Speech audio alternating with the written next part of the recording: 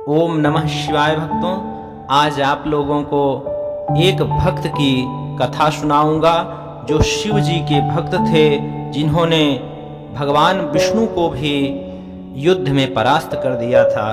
आइए, बड़ी प्यारी कथा है, हम सब सुनते हैं। विप्र दधीची सदा भगवान शंकर का स्मरण किया करते थे। राजा छुप उनके मित्र थे। वे छुप कोई साधारण राजा नहीं थे।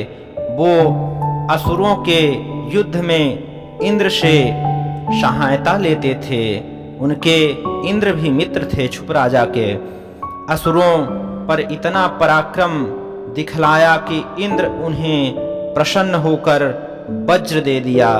इस पुरस्कार को पाकर राजा छुप का अहंकार बहुत ज़्यादा बढ़ गया।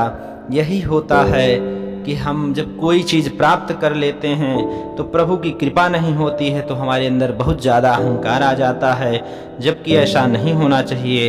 वे अपने मित्र दधीची से बार बार यही कहते कि मैं 8 लोकों में अकेला ऐसा हूँ जो ईश्वर से भी बलशाली हूँ, और आप मेरी पूजा किया करो। आप अपना समय शिव भक्ति में क्यों इतना लगाते रहते हैं, नष्ट करते हैं।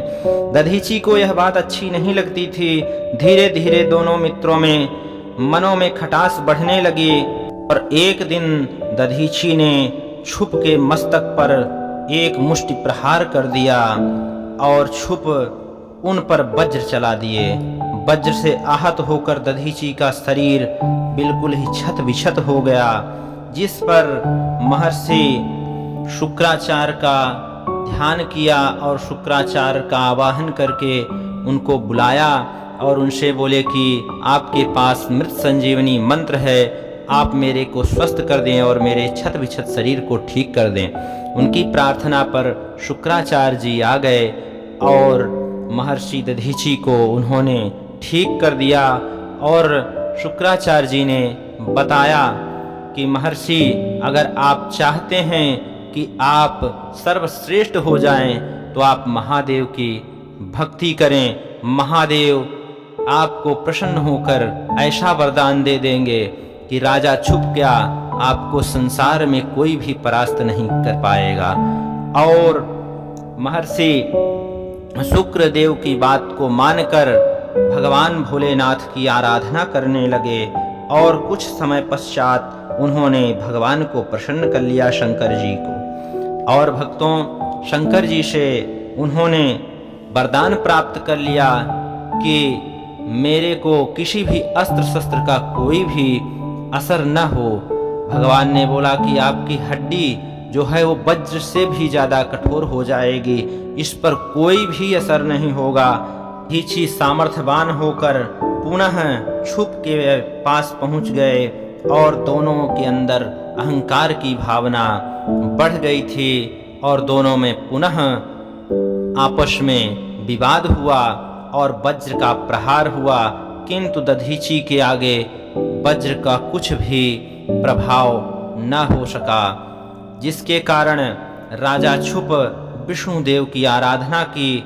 विष्णुदेव को उन्होंने प्रसन्न किया और बताया कि एक दधीची हमारे मित्र हैं जिनको मैं परास्त नहीं कर पा रहा हूँ, आप उनको परास्त करें। भगवान विष्णु अपने भक्त की भाव को रखने के लिए भगवान विष्णु एक ब्राह्मण का रूप धारण कर दधीची के पास पहुँचे। शिव भक्ति के प्रभाव से दधीची ने विष्णु भगवान को पहचान लिया और कहा कि प्रभु आप आए हैं, मैं आपको अच्छी तरह से जानता हूँ, आप भक्त वत्सल हैं, आप अपने भक्तों के लिए कुछ भी कर सकते हैं। किंतु भगवान शंकर के प्रभाव से मुझे किसी भी चीज़ का भय नहीं है। श्री विष्णु ने कहा, दधीची, भगवान शंकर की कृपा से तुम्हें सचमुच में कोई भी भय नहीं है। मैं महादेव की शक्ति को अच्छे से जानता हूँ, मुझे कोई भी संदेह नहीं है, पर मैं विवश हूँ, अपने भक्त के लिए यहाँ पर आया हूँ,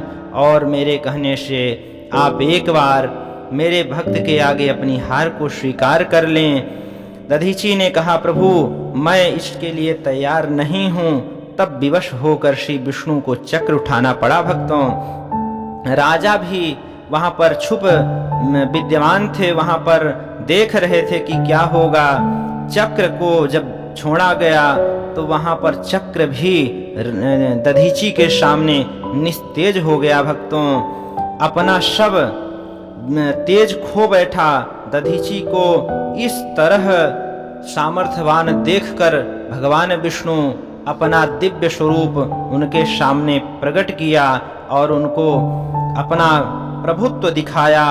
तब दधीची ने श्री भगवान की कृपा से अपने शरीर में हजारों ब्रह्मा विष्णु महेश को भी दिखाया। राजा छुप दधीची का यह अद्भुत सामर्थ्य देखकर चकित हो गए। तब उन्होंने भगवान शंकर की भक्ति के महत्व को राजा ने समझ लिया और उन्होंने वहीं पर दधीची को अपने से श्रेष्ठ मान लिया और भगवान की भक्ति करने में लीन हो गए। और उन्होंने कहा कि आज मैं दधीची आपको समझ गया, आपसे अब मैं युद्ध में नहीं जीत सकता हूँ। इस तरह से उन्होंने महिमा को समझ ली कि जो भक्त भोलेनाथ की भक्ति में लीन रहते हैं उनके अंदर इतनी अलौकिक शक्तियाँ आ जाती हैं कि भगवान विष्णु को भी वहाँ पर परास्त होना पड़ा और भक्त का मान रखने के लिए भगवान विवश थे, इसलिए वहाँ पर जाना पड़ा। भक्तों, इसी तरह से अगर आप लोग भी भगवान भोलेनाथ पर अटूट विश्वास करके भक्ति करेंगे तो कोई भी कष्ट आपको छू नहीं सकता है। थोड़ा बहुत चाहे कोई कष्ट आ जाए पर आपको निस्संदेह प्रभु के भक्ति के कारण, प्रभु के शक्ति के कारण आप बिल्कुल उसको पार कर जाएंगे। इस तरह से प्रभु की महिमा बताई गई है।